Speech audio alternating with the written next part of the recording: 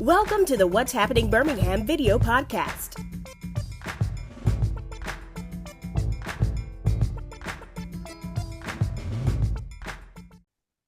Hello, everyone. This is Jarvis Escott with What's Happening in Birmingham. Today, I'm doing something different.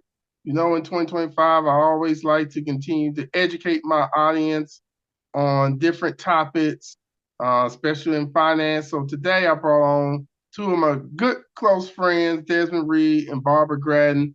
They both is in the mortgage industry to talk about if you're thinking about buying a home, you know, each year it kind of changes. So I want to bring them on to kind of talk about what's the different changes in the industry and also kind of share their experiences dealing with the public when it comes to people think about buying a home. So how you all doing today? Doing all right, Jarvis. How you doing, bro? Great, great. Before we start, I'm gonna let Barbara kick off first. Just do a quick bio of yourself and your company, who you all with. Hey Jarvis, I'm doing good today as well.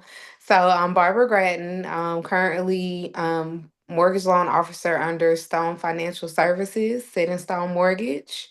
I've been a loan officer now for about a year.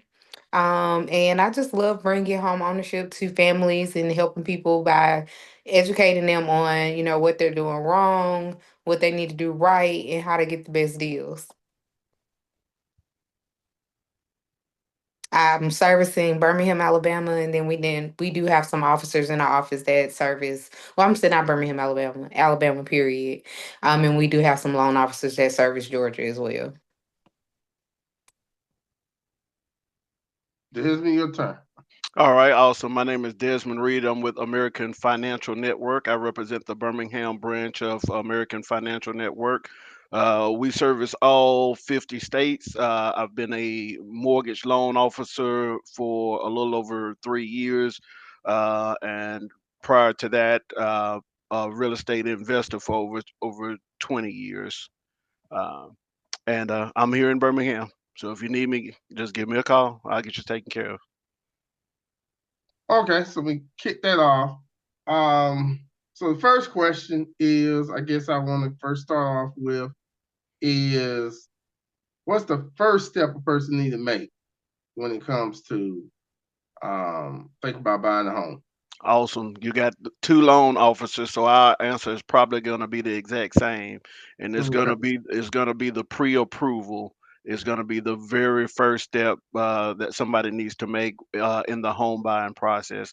And the reason why is because the pre-approval process will tell you everything that you need to know right up front. Okay, so it'll tell you how much house you can afford. It'll tell you, hey, what your payment is on a specific amount, what kind of interest rate you're looking at.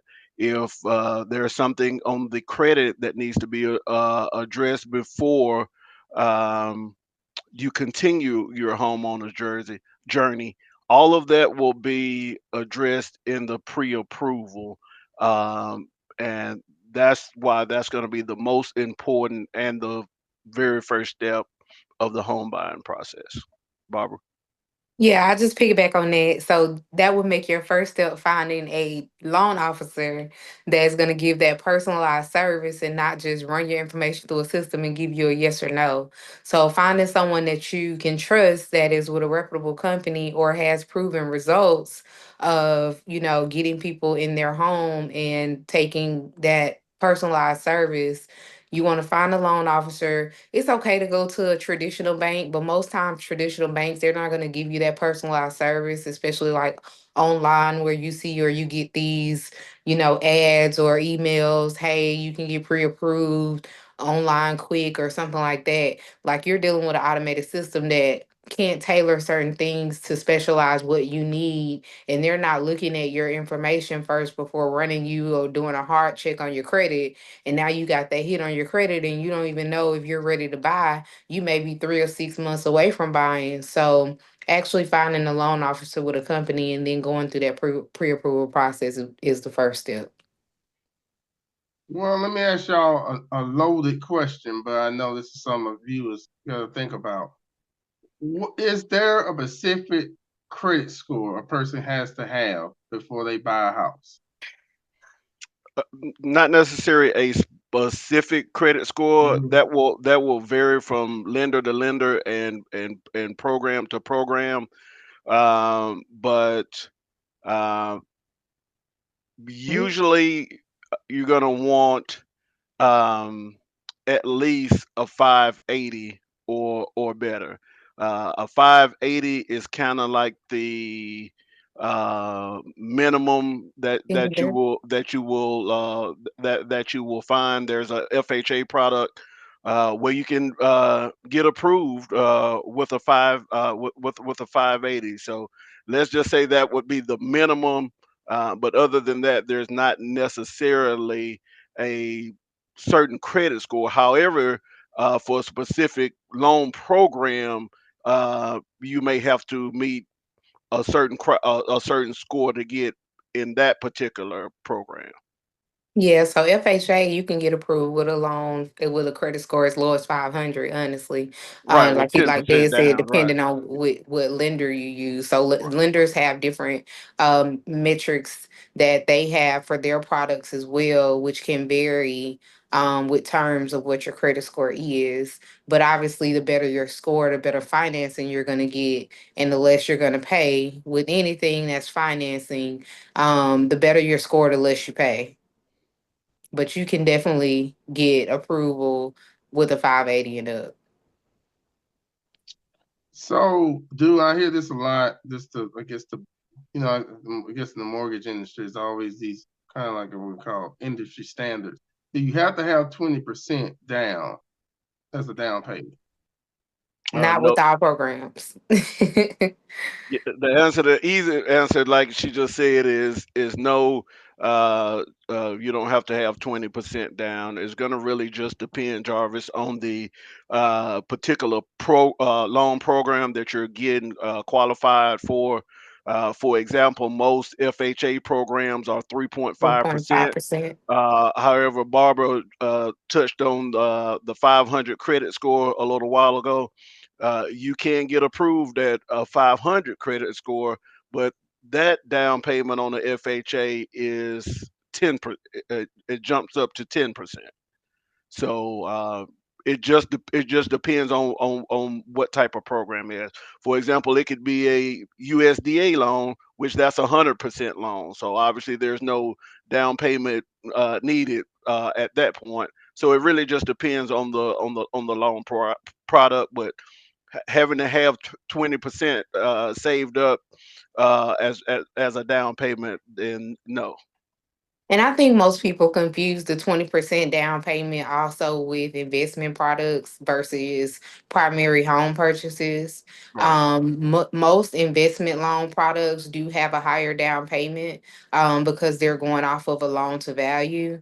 So you have to make up for that difference if they're not fully funding your loan based off of the appraisal, or the appraisal of your home and that cost of what the house appraised for. So that can be where people get confused because everybody want to buy an investment property. And then I think with investment properties, that 20% down is attached to that type of loan. So people just kind of run it across the board. But with FHA, which is typical, we see a lot of FHA clients Yeah. that use FHA. The down payment for FHA loans is 3.5%. Okay, so while I'm going into like the other factors that it takes to, qualification factors, um, can you talk about debt to income? Does that factor any in the qualification? Of course it does. Yeah. Your DTI is very important. So when it comes to the factors of being eligible to purchase a home, you got two sides. Well, it's a few sides of the pie, but your biggest things that are gonna base your approval is going to be your DTI, your debt to income, and your credit score. Like you have some people that have the credit score portion of it, but then they don't have the DTI. They have too much debt or they don't make enough money. So your credit score can be 800, and if you got high DTI or high financial responsibilities and liabilities, then you're not going to get approved for a loan. You could have an 800 credit score and just so happen to have a late payment, one late payment in the last 12 months. Sometimes sometimes that can take you out of an automated approval, and now you have to find exceptions and do a manual underwrite. So it's a balance in between the two, having a good credit score, and also having a good DTI ratio, which, like you said, DTI stands for debt to income. So you have a front end debt to income, and you also have a back end, and both of those have to be a healthy amount. You're not going to get approved for a loan if you're already at 6% of your DTI. 60% of your income is already going out to debt obligations. So how can you now then afford to add a mortgage to that? Jasmine, you want to add something to that? Barbara Ritt basically covered everything from A to Z there, and but while we're on the subject of debt to income, one thing could definitely help you if you're thinking of starting the process to home ownership is to alleviate some of the debt that you may have going out if you can before you start the process. For example, um, if you don't need to buy a car like right now, when you're about to start the home ownership process, then wait. Okay, wait until after Mm-hmm. you've bought your vehicle so that your new car payment doesn't get added into your debt to The income. DTI. Yep, I would piggyback on that with saying with a lot of clients that I come across, the two biggest things that I see with the debt to income that messes people up is either a high car note. Um, Car notes, as we know with the industry, car notes are not getting any cheaper. The average car note is probably about $600 a month right now. 600 plus, and that's not even saying that you're driving a luxury vehicle. All right. So if you're thinking about buying a house and you have a $600 car note, you got to look at, well, what am I bringing in monthly? Because if your car by itself is $600, you're already almost to $1,000 in debt.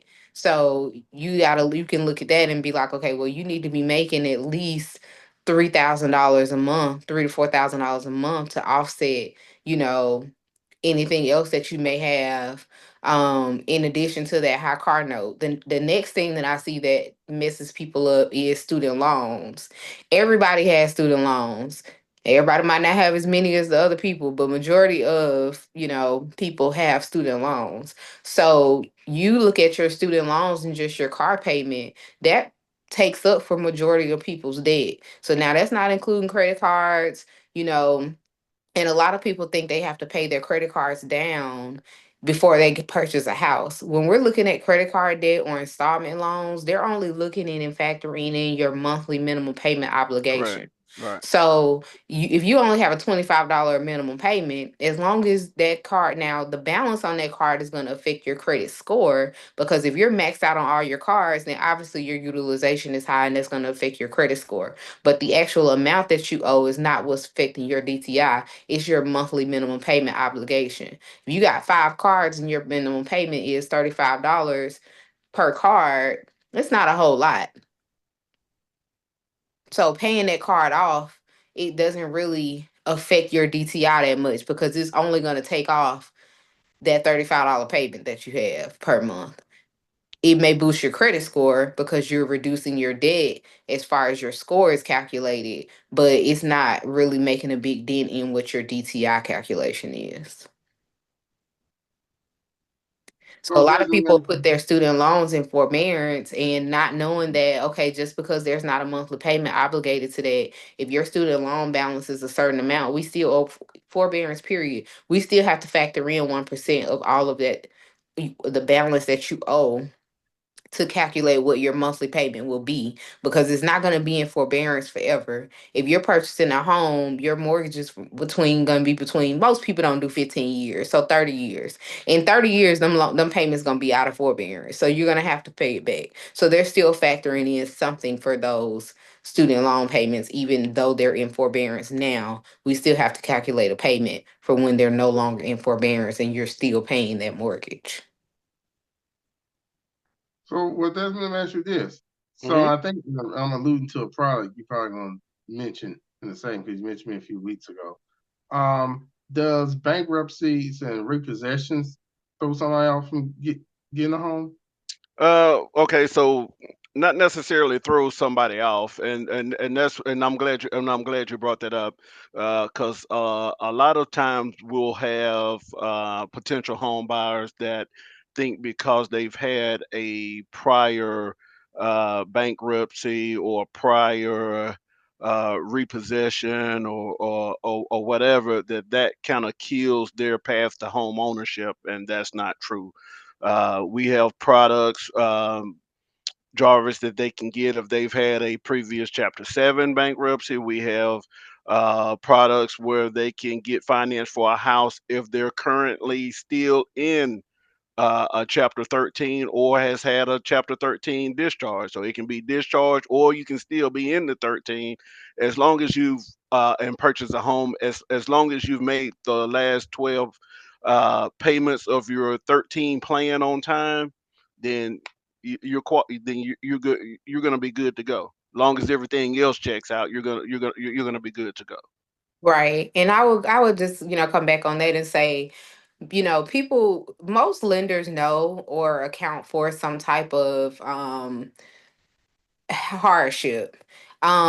When people file bankruptcy, what they're looking at pretty much, if you have a bankruptcy on your file, is how have you handled your finances since the bankruptcy?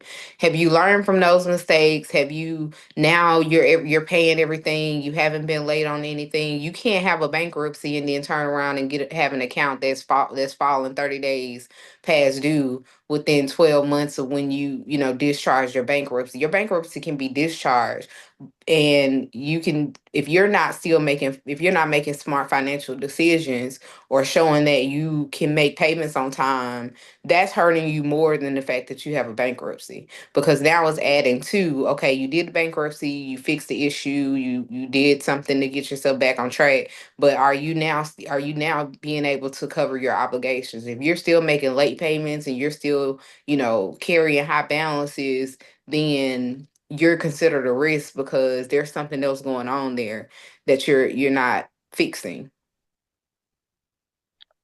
All right, so I want to get into. I don't know why this question just come in my head. Um, what are some things that the realtors don't tell potential home buyers about when it comes to buying a house that you all see from the mortgaging? Hmm.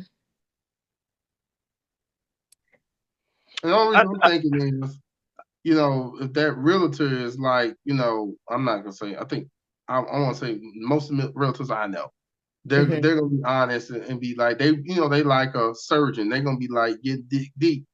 They're gonna, like you said, they need to see that pre-qualified on it before they get Yeah. into I driving think I think most realtors, honestly, being a realtor is totally different from being a loan officer. So I think that there's not really a lot that I see that realtors steer wrong unless they're trying to give advice on the lender side when they don't really know what's going on the lender side. Or they may be, thinking that their client should do this versus that, and giving some type of bad advice when it comes to a part of the deal that really they know nothing about.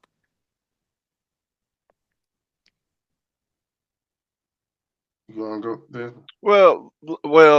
luckily for me, I hadn't ran into too much of that. Most of my realtor partners have been around the block a time or two, and they're very knowledgeable about informing the clients on what to expect when they start the home ownership journey. So I really hadn't ran into any problems where a realtor was just giving a client uh, just bad information. I really hadn't ran into that. Yeah, me either.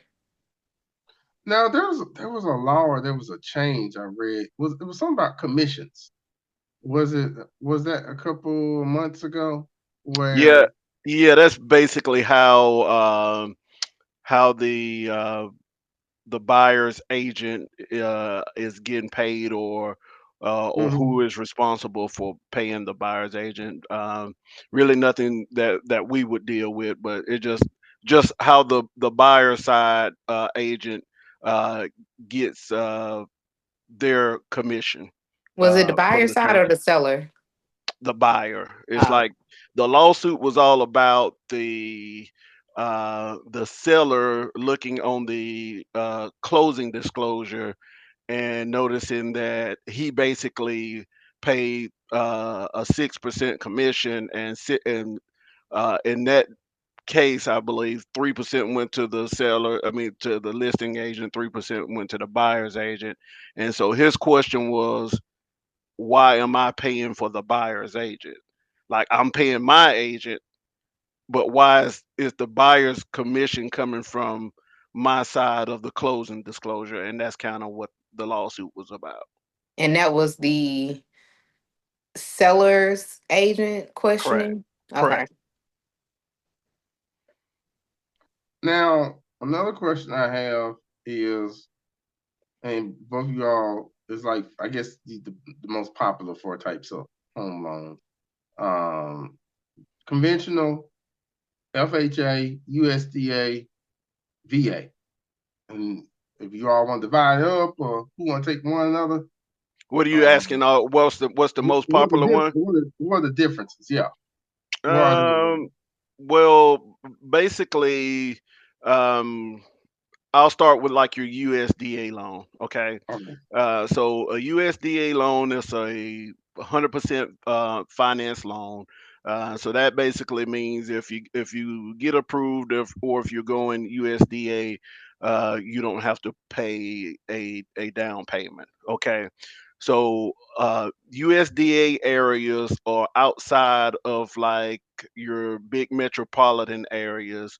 I'm trying to think of what would be a good one for here. Maybe like if you can use in Birmingham, so maybe like McCalla or some like somewhere like that. Some of those areas are considered USDA loans. So they have like a USDA map where you have to put the address in just to uh, make sure that it's in a USDA area, and then if it's in the USDA area, then you can finance the mortgage through that product. Okay, so one good thing about the USDA product is uh 100% financing, so you don't have to bring in a down payment. And then two, when they're considering like the income for a USDA product, it's not just the persons that's on the application income that you can use to qualify for the home. Okay, so let's just say it's a person uh, qualifying for the loan, and their mother lives with them. Okay, and mother gets a social security check or whatever. Okay, you can add mother's income in now with that person's income to help with the approval. Mother doesn't have to go on the loan. As long as they're whoever it is over 18 years old, and they get any kind of income, you can count all that income toward the qualifying for the home. So that's kind of the benefit of the USDA product. Right. So in a more better terms, USDA allows you to use household income for people that are over 18 years of age. They'll be in the household versus if they're on the loan or not, because they are part of the household members. You can use that income as long as you don't exceed the maximum USDA income limits for the area that you're purchasing in. And so like they said, that's for like small towns, rural areas. USDA does have a minimum credit score of 620. Yeah. So that would be one where you do have to have a little bit of a higher credit score. But it does have the 0% down. All right, I guess we got that one out the way. What's VA the is similar. I would say VA in comparison to USDA. Now, obviously, VA is for veterans, spouses of veterans, um, and that also is a zero down option. There are some things like a lot of people confuse with VA is if you're buying if you're doing a VA loan with your spouse, if your spouse is not military, well, I wouldn't even say that.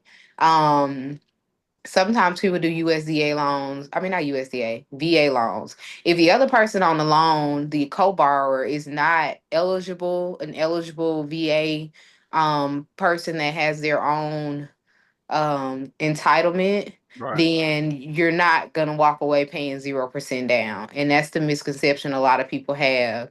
That 25% that the VA puts down will then be split and on you only get 12 and a half, well, 12%, 12 and a half. Yeah, 12.5%, because they're only going to pay the portion for the eligible borrower that is eligible for the VA loan of the down payment. Did I explain that right, Des? That's right. Okay. They do have compatible rates. The requirement is veterans, active service members, and their surviving spouses.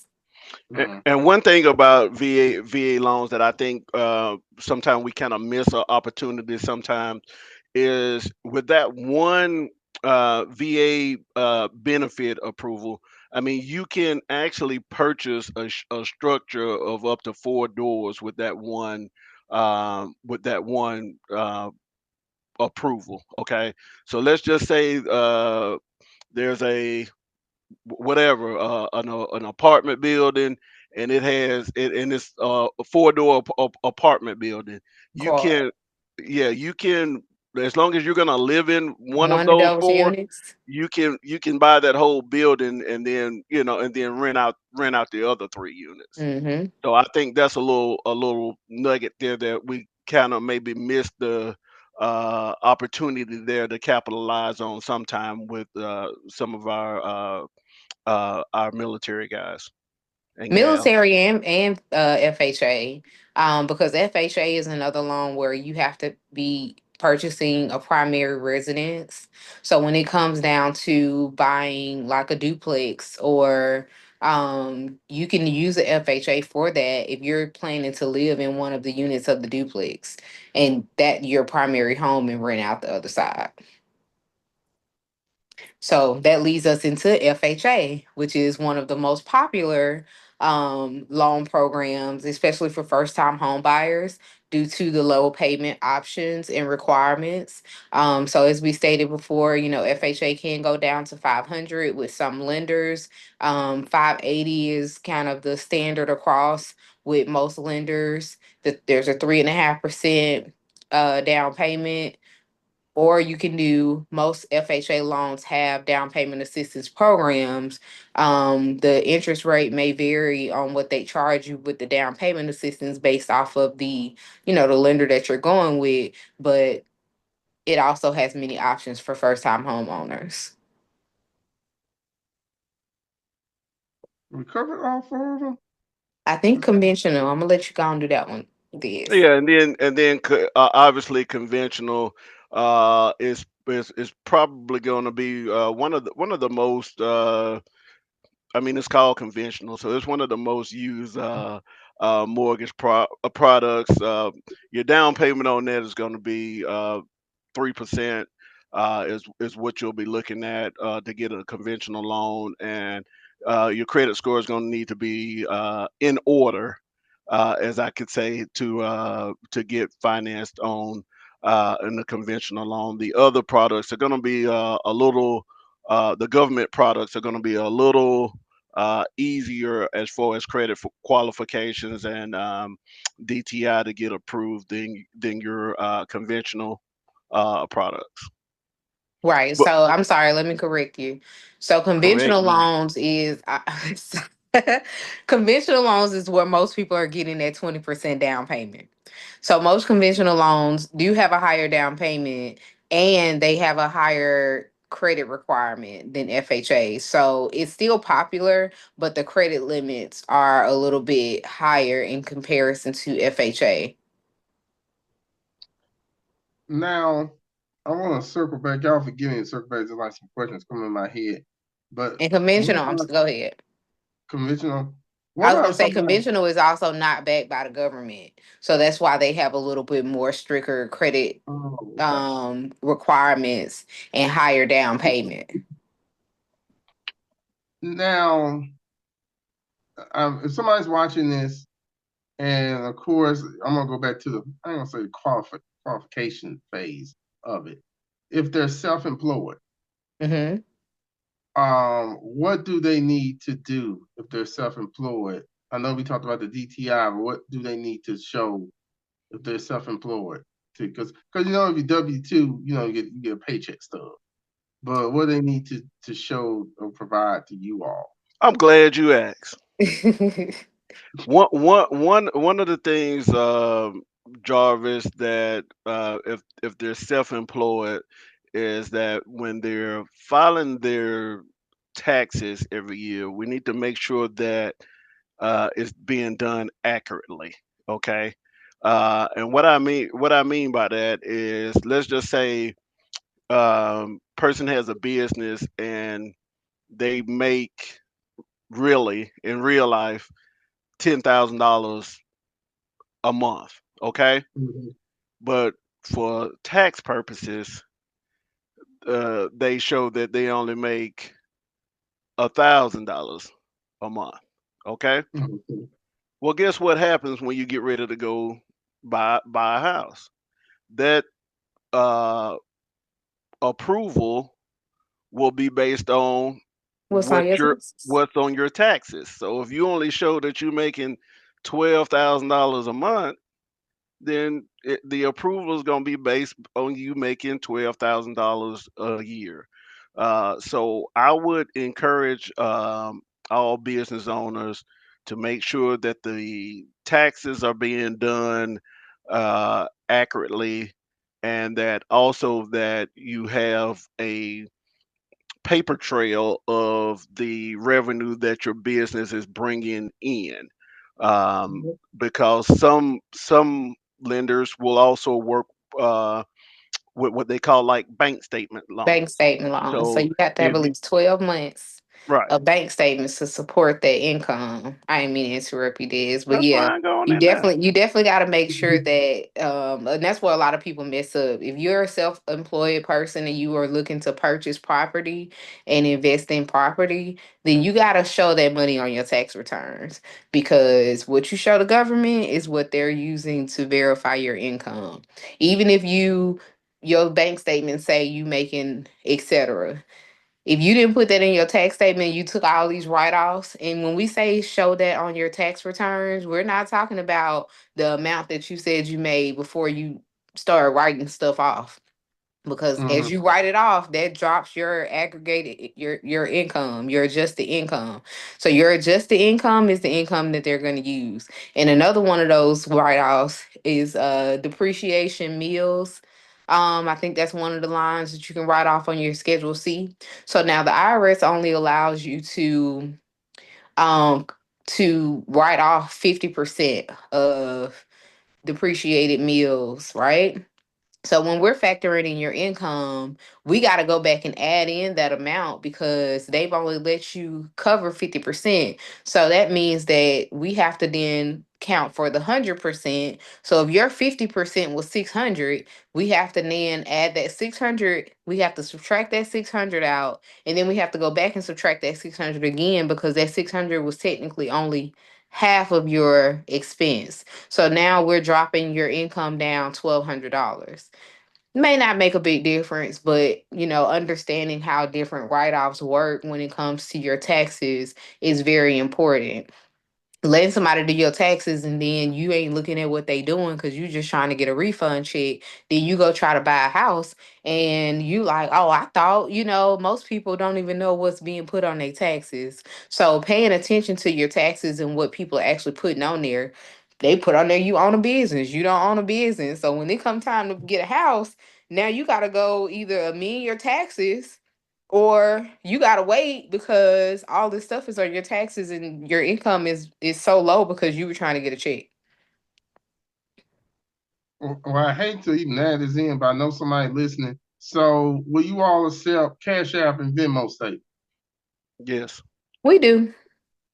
Okay. But just know that that's a good point. With any statements, especially Cash App and Venmo. So when we're factoring in DTI and underwriting is looking at your statements, even if it's a regular statement, but your account is connected to Cash App. If the underwriter sees that every month on the 5th you cash out, because some people don't have, let's just use child support for one instance, right? I had a client that did not disclose they had kids at the beginning of their application process. This whole deal fell apart because when we started verifying income and looking at bank statements and everything, the underwriter was like, "Well, we need a letter of explanation for this cash out payment that's being sent to this person every month on the 5th of the month for the same amount of money." Come to find out, that was child support. Mm. So initially, we hadn't accounted for child support in his DCI because it wasn't disclosed. And then come and find out, he was going through another situation with another child. Like he had not one kid, but multiple kids Mm-hmm. and multiple child support payments. So we ended up finding out about the child support order from that one question cash out. And then when we looked at the child support order, we saw that it was adjusted to account for other kids. So we went from Mm. knowing he had 0 kids to like 3 kids and maybe a 1,600 a month obligation to child support. You can't just leave out $1,600 a month. Like it's gonna be found, especially if you're using something like Cash App. It may be a debt that you have that doesn't show up on your credit report, but you pay it the same time every month, same amount. Like little things like that are going to stand out, and then it's going to eventually disclose that debt based on how you're paying it. But we do take, because a lot of people have Chime now, a Yeah. lot of people have Cash App, a lot of people have Sophie, a lot of people have these internet banking um accounts. So yeah, they are accepted. I don't think I've come across a bank that they're like, no, we don't accept that bank statement. As long as they can provide your bank, whoever you're banking with, as long as they can provide you a monthly bank statement that can be used, then it's accepted. Well, even with that situation, when he provided that, it almost opened up Pandora's box on I mean, Cash App can open up a lot of stuff, it's him. statements too. I honestly advise my clients because I think everybody should always have more than one bank account. When you're purchasing a home or getting ready to purchase a home, I advise you to use, statements that don't have a whole lot of activity, that will suffice for the purpose of what you're trying to do with purchasing. It has good deposit history. It doesn't have a whole lot of ins and outs that'll be, scrutinized and go through underwriting, and they'll be asking a whole lot of questions. What's this deposit? What's that? What's that? If you have large deposits, they're gonna ask source, what's the source of these funds? Like, where did this come from? You can't just go drop $10,000 in the bank and be like, oh, I got $10,000, so I got money. They're gonna be like, where did that come from? And I think another thing, Jarvis, that would have helped in the situation that Barbara just described is if the borrower would have just communicated that to the loan officer up front. Like even if you're not sure, oh, hey, should I tell her about my kids? Should I not tell her about my kids? If he would have ran that past her up front, then they would have crossed that bridge a lot sooner than before it got to the underwriter finding it in the bank statement. Right. And I'm not encouraging anybody to try to, find ways to not disclose certain things, because you want to make sure that you're being open and honest with your loan officer. Like, that's a financial person in your life that's helping you make a big financial purchase and a big financial decision. So letting them know everything about what you have going on is going to be better for you, because starting the process of purchasing a home, if you don't disclose certain things, 9 times out of 10, it's gonna come out. And I would rather we know about it in the beginning than you spent money on earnest money. And once you pass a certain date, you can't get that earnest money Appraisal, back. all of that. Yeah. Appraisals, Inspection. earnest money, inspections, Yeah. like you go spend all this money and then you didn't tell us something, and now we're in underwriting and we're past the point for you to get your earnest money back. You didn't pay for an appraisal. Now all that money's gone down the drain and you can't purchase your home. You can pay for credit reports, like, all this little stuff that adds up, and now you can't purchase a home. Okay, well, I got another scenario. We circle back, but I'm just saying more of this stuff coming in my head. Okay, Mm-hmm. say you got two married people Mm-hmm. and that situation. Mm-hmm. Tell me Married about to each other, right? married to each other. Yeah, married to each other. Yeah, married to each other. Okay. Um, have you seen cases where you send it in and be like, well, it'd be much better if the wife got the house in her name, or vice versa, and both of their credit is, wouldn't say challenging, or income is challenging, and they trying to get that $400,000 home.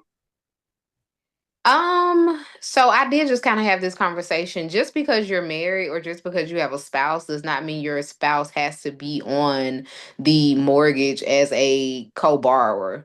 They Right. can be a non they can be an occupying non co-borrower, meaning that this is your spouse. They're going to be occupying the residence, but they're not going to be responsible for the mortgage. But when you are married, though, and you do sign for a house, whether your spouse is on the mortgage or not, they still have to, when it comes down to closing, they still have to sign off on, certain things in those documents, but they don't have to be a part of the actual qualification or the actual loan as a borrower. Right. And also, it really, in the situation you just described, Jarvis, it really just depends on the income and DTI of the borrowers. If they're trying to get to a certain house, like you were saying, for a $400,000 house or whatever, if the wife income will support that $400,000 house, and she doesn't necessarily need the husband on there because his credit may be a little off, or needs a little work, then yeah, she could obviously just leave him off, and she buy the house in her name, and he still goes on the deed and just not on the mortgage loan. All right, so now we got those kind of scenarios. Let's get into the mortgage. Which will be? I'm gonna go with three. The one I see the most popular. Was the most popular? The 30-year, the 15-year, and that great old ARMS, the adjustable rate mortgage. Right. Uh, let's talk about it. You know what? Pause. So I do want to kind of go back to Mhm, conventional loans really quick. mhm, So, because I want to make sure that I'm not misspeaking and saying anything that's not right. So, conventional loans, I think earlier I said most people confuse the 20% down payment because they're thinking about conventional loans. So, mhm, conventional loans actually, so the minimum down payment on a conventional loan is 5%. But some people don't want to pay private mortgage insurance. So that's where that 20% comes in, because mhm, once you I'm not gonna go all the way into it, but once you own 20, you have like over less than, you have over 20% ownership in your property, it does change you having to have mortgage insurance. So that's where that kind of 20% comes in, because some people put more money down to get better rate terms, better financing, and to reduce the mortgage insurance requirements. So sorry, I wanted to kind of throw that in there because I don't want nobody to be listening to this and be like, she don't know what she's talking about. She said that I wrong. was gonna let you be great though. So I don't want nobody to be like, oh, she said it was a required 20%, and it I is was gonna let you not. be great. Yeah, no, that was incorrect. So yeah, so now back to your next question. You were saying the different mortgage types, the 15-year, 30-year, arms and all of that. So obviously most people do 30-year mortgage because that's going to give you a better, more affordable rate. Right. As far as the rate that you got longer to pay it. So the longer you have to pay, the cheaper your monthly mortgage payment is going to Payment. be. Right. Now, if you just kind of got money and you want to go buy this house, and you might have paid it cash because you got that much money, but you're going to go ahead and get a mortgage and finance it, I see that as being more people that go towards or lean towards the 15-year payment. Yep. Or if they're older and they have that income and they know they probably are not going to, be around, and maybe they don't have anybody to pass the home to, they may decide to do 15 years versus 30 years. When you get into the ARMs, adjustable rate mortgages, I think most people use those type of mortgages when interest rates may be a little No. higher at the beginning of their purchase, and they want to get those 2 years to adjust their rate, and then it goes to whatever the rate is after that, because you can do a 2-1, and where the first 2 years, or it adjusts at different times throughout the loan. But you don't see that many people doing adjustable rate mortgages, and most people are doing fixed. Yeah. Now, I guess typically, like you said, you get the 15 year. I mean, you get the 30 year, but you want to pay it off in 15. Try to pay off as early Quickly as as possible. yeah, early as you can. Um, Another question I was gonna ask on that is, isn't that what got us in the mess back in 2008? Was people was doing a lot of armed situations? And this is Yeah. It Yeah. was more so. Yeah. Go ahead. That's It was more so people getting qualified for loans that they couldn't okay. afford. right. Okay. And that's why they've stricken down on um verifying, verifying employment, verifying income.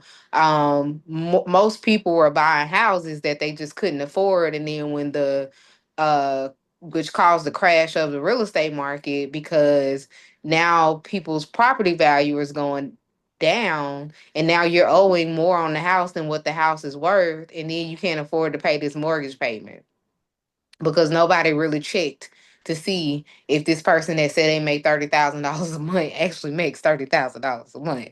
I'm Mhm. using a big inflated number, but yeah. Just anything you want to add? Yeah, and also at that time you got a lot of things that don't exist anymore, because uh, the government has kind of put systems in place to stop some of the um, I'm not gonna say shady lending practices, but I'll give an example. One thing used to be big back then was a balloon payment. Okay, Mm-hmm. so the way the a balloon payment kind of works is like you'll have all of these regular payments. Let's just say your regular payment was $900 a month, right? And Mhm. so then they'll say, well, hey, at the end of your term, you'll have a balloon payment of whatever, could be $35,000. Okay, Or you know, 10,000. or whatever, Balloon and payments is kind of like when you get a phone from T-Mobile and you get that what's that thing T-Mobile got? Dang it, what is it called? Um Jump, right? Where you pay your monthly payment on your phone, but then at the end, if you don't retrade that phone in, or it's not exactly like it, but I know like towards the end of that program, if you keep the phone, then you get a big the remainder of the payment at the end. Oh wow. Okay. yeah, But yeah, so people were getting these bills, they were getting these balloon payments, and then now they're at the end of the term, and your last payment is $15,000, and you and don't you have like, 15. I don't have Mhm. $15,000. Yeah. And Oh my. and the biggest problem with that, Jarvis, is a lot of people were simply just uneducated about what it meant, or Hmm. whatever.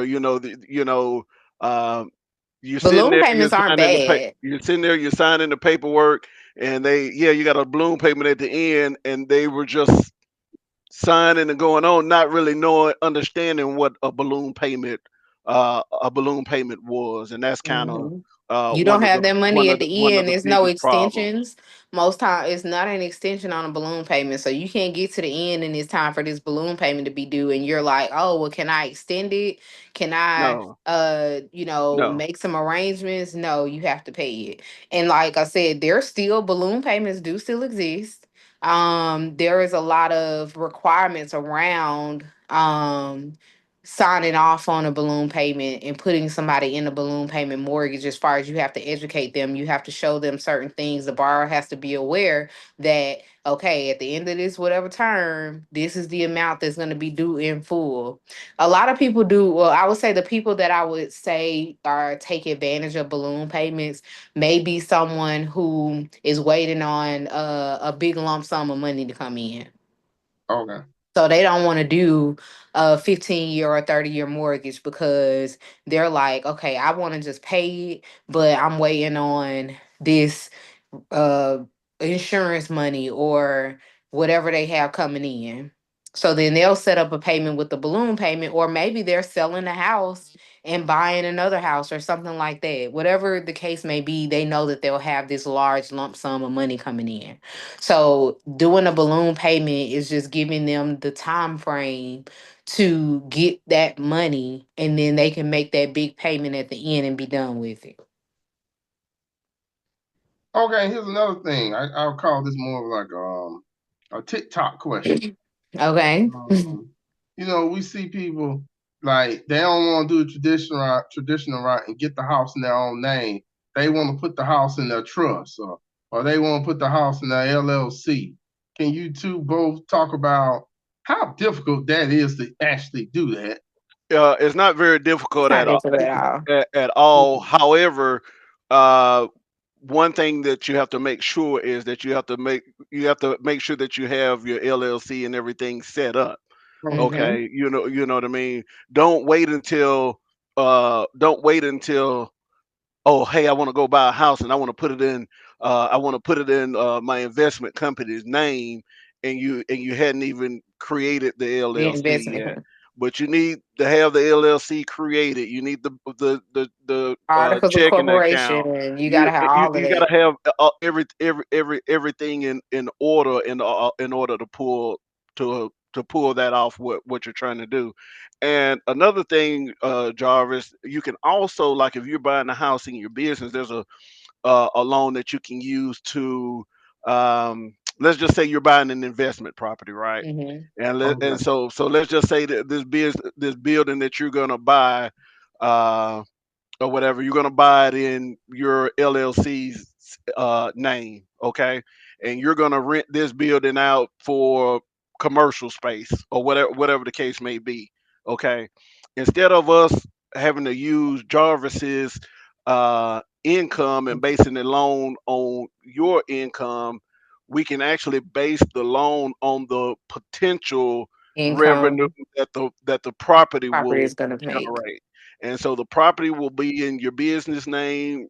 The uh, income used would be the revenue that would potentially be generated by the business, and none of your personal revenue or bank statements have to be used. So it can definitely be done, and it's not really hard to do as long as Right. you have everything in order as far as the business is concerned. Yeah. So one of my lenders actually has a great program. It's that type of loan setup is a DSCR loan, investment loan. And like Desmond says, it allows you to use the income, potential income that the property will make to suffice for making sure that the mortgage is covered with the income. So there are, different little guidelines and everything. You do want to make sure that whatever income monthly that property is going to generate through the rent is covering the potential mortgage payment that's going to be required on the loan so that it makes sense. Most lenders want you to be at a 1.0 score, which means that your income matches the mortgage payment. And then the lender that we have right now that does that program, they don't report to personal credit. So unless there's a default. So that's a good loan choice for people that want to get an investment loan, may not have the personal income to meet income qualifications, and then they don't want that reporting to their personal credit because they want to put it under their business. Right. You don't want it on your personal credit because you don't want it to affect your DTI either. So Right. that's the benefit of being able to put it under the business. Mm-hmm.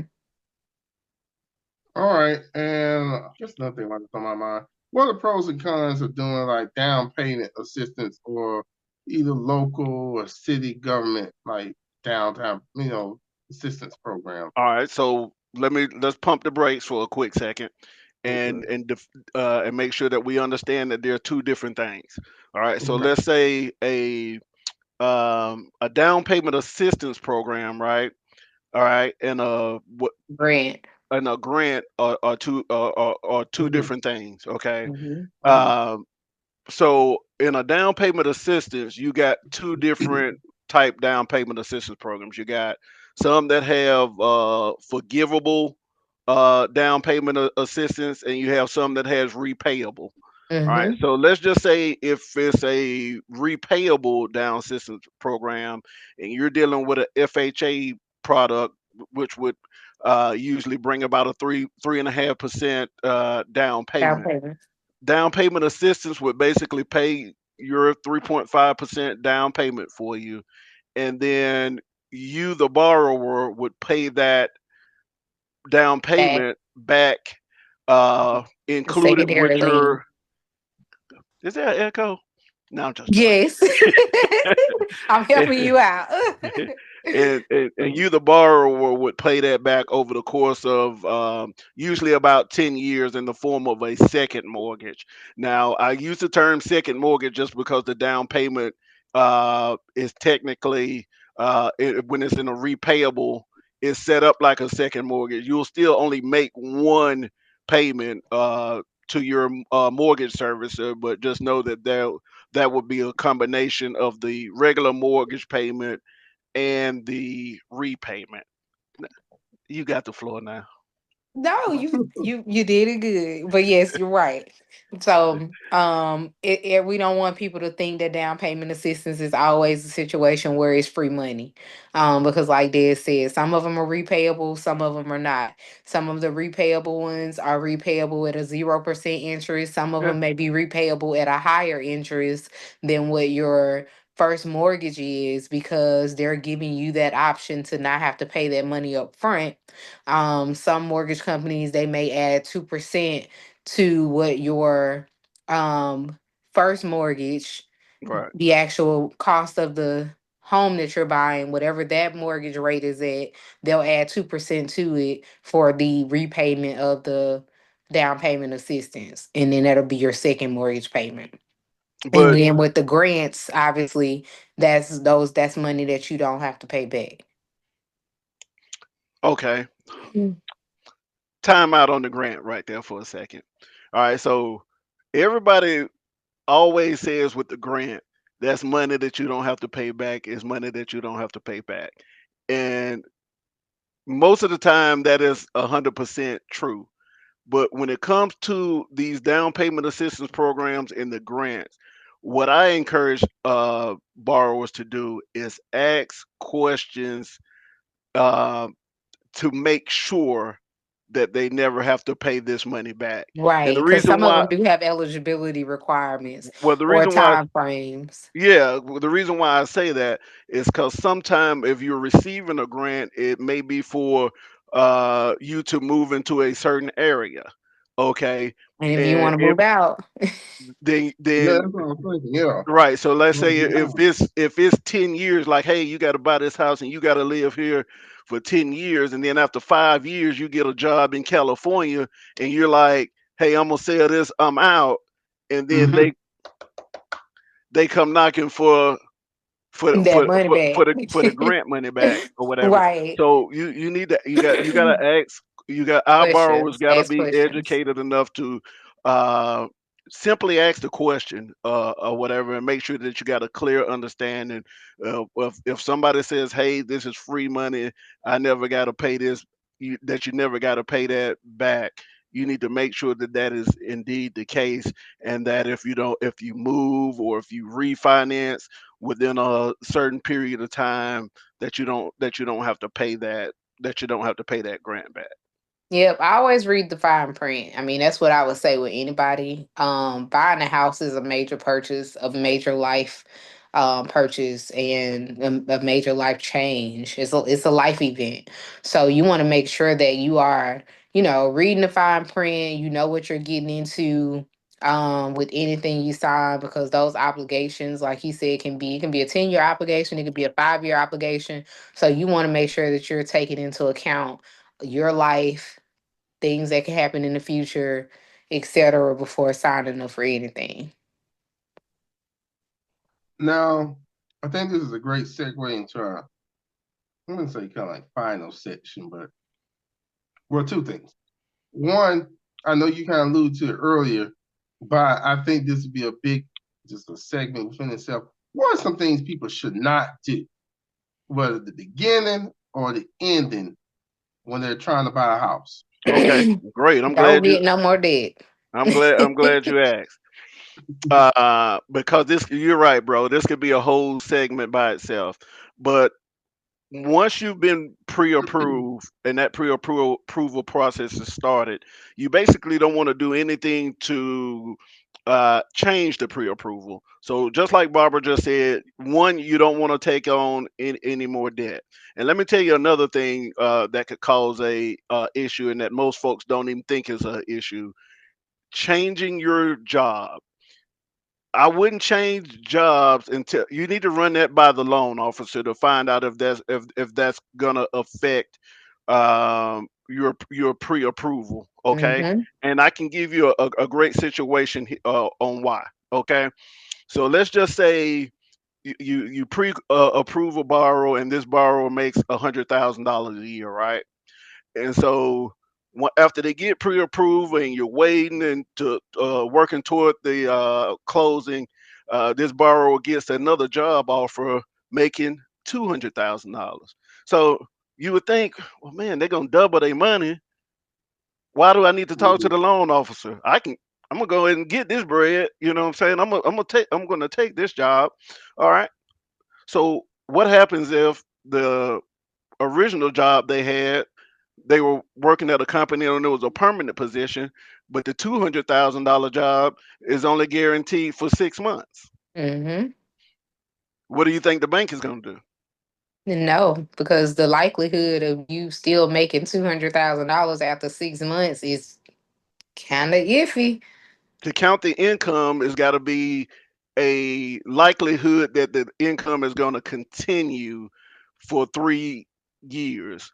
Mm-hmm. And by it being a temporary job, the lender may frown upon that, and then and then now everything comes undone when you really could have just waited and told the new employer, "Hey, I'm in the process of closing on a home. I'm going to close next month on the 15th, and then I'll come see y'all on the 16th." Is kind Mm-hmm. of probably how it should have been done. So it's things like that that can cause a problem for a loan when most people don't even think that that would be an issue. Yeah, anything that needs to be verified, I would say don't make any changes to it. So, like Desmond said, employment verification is something that has to be verified. So, if it's something that got to be verified, like you should automatically assume that that's something you don't want to change until you've completed this purchase. Income is one. Credit is one. Like some people think, oh, well, once I lock in my credit score, then I can go do whatever and it's not gonna affect. That's not true either. So I And gotta keep making car payments. say Hmm. that again. I gotta keep making my car payments. I can't be late on Absolutely, this. absolutely.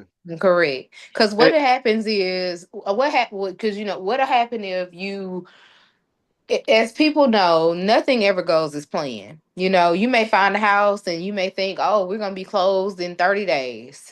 Something may happen. Oh, we did an inspection and this has to be fixed. Or, this happens and that 30-day process turns into 2 months. Or something happens with that first house you loved and now you got to go find another house. And 3 months, most credit scores are only good for about 3 months, right? Is Yeah, it's 3 4 months. 3 4 months. Usually Yeah, 180 so days. Then if you go you'll have outside to of four repo it. months and you're purchasing, whether it could be you just hadn't found a house yet, or you've been looking and every house you find get sold before you can buy it. Okay, now we got to run your credit score again. When that credit report expires, and you did all this other stuff, didn't pay this, missed this payment, ran up your credit card or something like that. Now you're not even in the approval state. You got all this other stuff going on. Now you're not approved. So I And can't buy no furniture. that's exactly what I was about to talk about. And let me tell you why people think that's okay. They think it's okay because, all right, they're waiting to close, right? Let me give you an example. They're waiting to close, and the first thing, the ladies, you know how they're gonna do, Jarvis. They're gonna want new furniture for this new house. Mm-hmm. So they're gonna go into the furniture store, and you know what the salesperson at the furniture store gonna tell them, Jarvis? Hey, Just rent all of it. you can get all no, we ain't renting no on. You can get all of this furniture, and you don't have to pay anything. It's 0% for a year. And then Uh-huh. you're gonna be like, well, okay, 0% or no payments for a year. Okay, cool. I'll go ahead and sign up. No payments for a year. Well, Mm. well, guess what? If we do have to revisit that credit score, that account's gonna show up uh on your credit Credit score. report. Mm-hmm. And now we gotta factor in the furniture into the DTI. Oh yeah. If I can't buy no furniture, I darn well can't buy no new car because if I get a new house, I need to upgrade with another car, a new car now. You better wait until after you get that house to get that car, because that car gonna mess up your whole deal. It do it every time. Every time.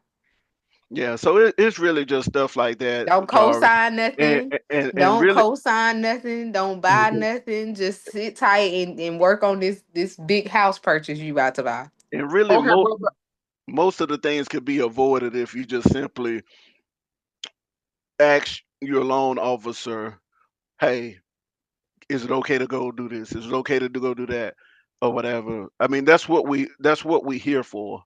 Mhm. You know what I mean? We want to help you avoid those pitfalls that may cause a delay in closing or cancel a closing all together. So Yeah. you want to work with a loan officer that you can, like Barbara said earlier, that's accessible, and that you can get the information that you need in a timely fashion. Yeah, I and mean, trust your loan officers. You have a lot of people out here that jump around from one mortgage loan officer to another because this person promising them they can get them better rates. And I tell you, 9 times out of 10, when that happen, it's not a better rate. They're either not telling you about a funding fee or the cost or this potential thing with it, or you know, they end up most of the times coming back because the person they jump ship to go over there to wasn't what they thought it was. Even if it was just a bank, they may sometimes be like, "Oh, well, Navy Federal said, they can get me qualified at this percent." But they ain't tell you that it was a buy down cost. Or they ain't tell you about the back, what I'm saying, the cost on the back end that you don't see because most people don't read the initial closing, the loan estimate. So they're not seeing that you paying $2,000 more to get this rate that they told you they can give you. And then it's a funding fee on top of that to get this rate. So just, talk to people and tell them what's going on. Hey, I'm considering this. Can you look at it for me? Because I know you said you can do this or not. Like, your loan officer is your best friend. You need to be trying to tell them everything. Yeah, so in this, so I would say this too. So in this time of, at the time us doing this taping, what's going on in the federal government. If someone gets laid off from their job, I guess I'm already answering that question. That pretty much doing this home buying process, does that kind of put a nail in it? It Or is absolutely. it doesn't all the way kill it. It may kill it for the product that you're trying to get. But like I think both me and Des has stated, like there are non-traditional lenders that do have other ways of getting finance that like you said, bank statement loans, where they're not using your employment per se to qualify you for a loan. or they don't have that requirement that you be on your job for uh 2 years to get approved. Okay. So I guess this part I want to leave towards the end. Oh, I'm Um, sorry. And also let me say, like me as a loan officer, like I'm not just doing it just to make money off of it. So at the end of the day, I'm not gonna qualify no one or push anyone into buying a house that I know they can't afford. Because just because we get you approved and we get you in this house 6 months from now, like if you can't pay that mortgage, that's not good for you or me. Yep. You have people that try to inflate their income, that try to, change this or do that. Like if you have to do all of that to purchase a home and lie about what you make, or try to find a way to, now sometimes there's little things you can do to inflate your income, and it's not to put you, but it wouldn't put you in a bind when it comes to paying this mortgage payment. I had a client that was went to another loan officer that approved them, pre-approved them for a $270,000 house. Okay. For whatever reason, this loan officer could not complete the deal. I'm not gonna say who they are. I'm not gonna say why they couldn't, but they could. So they sent the client over to me. It was like, hey, I got this client. She's already found the house. We're under contract. Like, and I need you to finish this because we want the lender that you have. That would be a good lender to do it through, and I don't have access to that lender. Whatever. So I'm like, okay. I'll look at it. They sent me, the files, the pay stubs. They like, I still got everything, pay stubs, tax papers, all that. I'm gonna do my due diligence. So I'm like, okay, I'm not gonna just automatically say they're approved just because you said that they were. okay. I'm gonna check everything, verify employment, all of this stuff. So I go and then I do all of my due diligence, and my pre-approval was I was only able to pre-approve this person for $235,000. Mm, Now, I don't know how they got from what I approved them to $270,000, but I know that person could not afford a $270,000 house. That may be the house that you want. But if you can't afford it, you can't afford it. Um, Mortgages are not something that is like, oh, I just need to try to afford it for the next, 5 months or something. Like, you gotta pay for this house for 15 to 30, however many years. mhm. You gotta account for anything that can happen, between now and then. So I'm not gonna just put you in something just to be like, oh, I got my commission.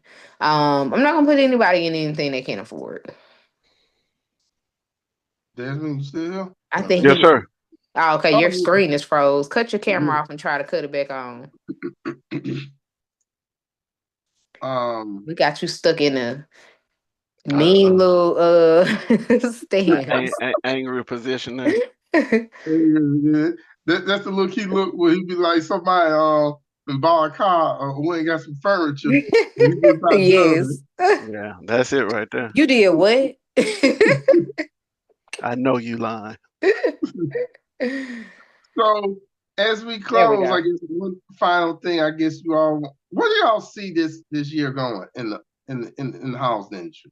You Do you good what, now, Davis. just like predictions, you know? Well, I'm to be honest, I'm so scared of the predictions because um the administration is very unpredictable. Okay. Okay. So but if I had to guess where I think it's going, I think a lot of the if you heard me talk earlier about the kind of training wheels that were put on the mortgage industry um, after the housing crisis, I think some of those training wheels uh, are gonna come back, are gonna come off, and I think it's gonna be um,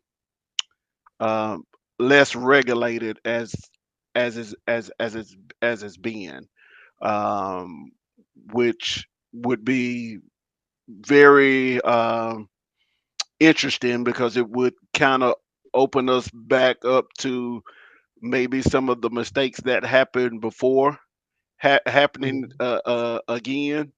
Mm-hmm. So I think that could happen, but given the layoffs and the uncertainty around a lot of the jobs, I think that would be a dangerous thing to do right now. Because I know a lot of people are probably looking at it as like, okay, is these rates going to go down? That may be the reason why some people may be holding back No, I from. think I think it's more, to be honest, Jarvis. I think it's more uncertainty than Okay, the rates. Okay, okay, rates will go up, rates will go down. So I don't think if somebody like has gotta have a house today. I don't think they're not buying the house uh because The rates. of the rate. But what would make them pause is if they're not sure if their job is going to be there in 6 months. That'll make you have doubt. So I think it's more uncertainty right now. Even if you look at the stock market, why the stock market is reacting hmm how it's reacting because of uncertainty. They don't know Mhm. what's going to happen with the tariffs and stuff that's going to go on. So that's why the market is very volatile right now, and it's in the housing industry. Um, could possibly be the same thing, just depending on what route they decide to take with it.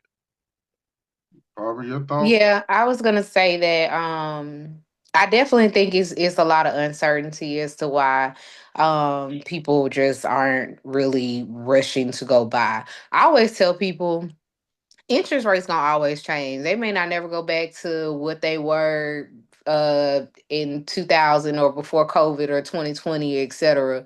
But you should never let, if you're in a position to buy and you can afford it, you shouldn't let the current rates discourage you from getting the house that you want, because you can always refinance when the rates go down. Like today's rate ain't gonna be tomorrow's rate, ain't gonna be next month's rate, but there can always be a better rate, and you're Right. not stuck in the rate that you buy in. And if you're in a apartment, Those prices just gonna keep. They ain't never going back down. forget about the rate. Just come on. Just Right. come on. Just step in. You're paying 100% at the apartment, man. Go ahead, and Right. if And home you don't ownership have is anything to yeah, show for home that. ownership is your desire, then just step on out there. All right. Well, I want to thank you both for coming on today. I think we have a pretty good, I mean, robust, wide-ranging conversation. Don't worry, everybody. I know this is probably we went over an hour. Don't worry, I'm gonna clip up for some of you all. They kind of like in Vlad TV increments, so don't, like little digest parts of it. Where can they reach both of y'all? Your contact information. Um, Desmond, start with you.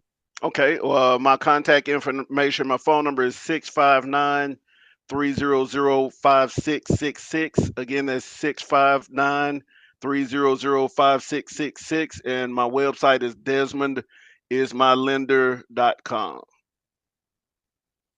So I Um, can be reached social media, Barbara Gratton, Gratton, 1-866-60 Stone. That's 1-866-60 Stone is our phone number to the Set in Stone offices, extension 2 for me.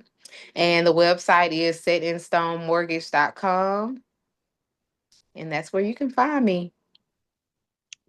Hey, all right. Email is Good. going to be Barbara Gratton, well, not Barbara Gratton, but B Gratton at setinstonemortgage.com. Hey, but Jarvis, as the year goes along and some of the new changes gets implemented, if they are to the mortgage industry, let's come back and talk about them. Mm-hmm. Okay, sure. We Let's can keep do the it. people updated.